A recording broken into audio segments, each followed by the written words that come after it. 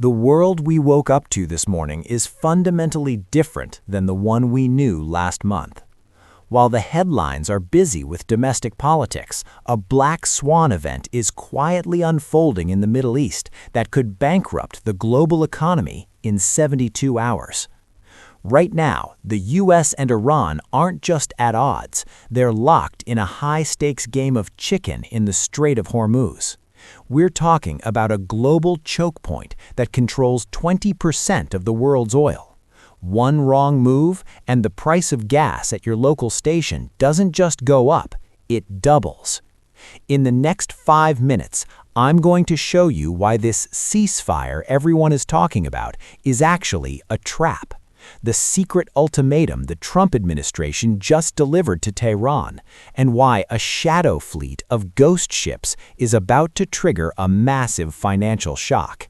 If you care about your wallet or where this world is headed, you cannot afford to look away. So, here's the reality. On paper, things look calm. The White House just extended the ceasefire for another 10 days. But don't be fooled, this isn't peace. This is a tactical pause. Washington has shifted to a strategy of maximum suffocation. They just launched the Economic Fury package. We aren't just talking about trade bans, we're talking about a global dragnet targeting every shell company, every secret bank account, and every supplier from Turkey to the UAE that's keeping Iran's drone program alive.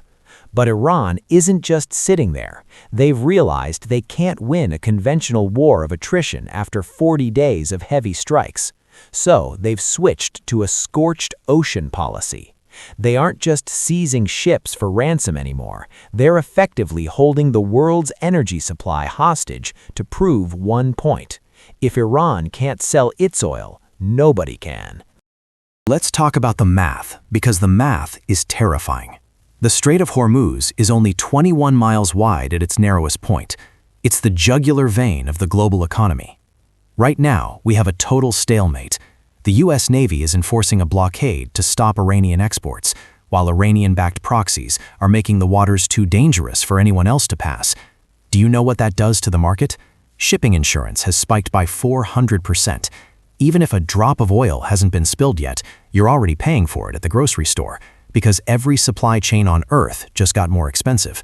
But here is the twist you won't hear on the nightly news. Iran has issued a counter-ultimatum. They aren't just asking for sanctions to be lifted. They are demanding reparations. They want billions in damages for the strikes on their infrastructure. Can you imagine this administration cutting a check to Tehran? Not a chance. Which means we are heading straight for a brick wall. Now here is the secret factor. For years, Iran has operated a shadow fleet. Hundreds of aging, rusty tankers with their tracking systems turned off. They move oil under the cover of darkness to keep the regime funded.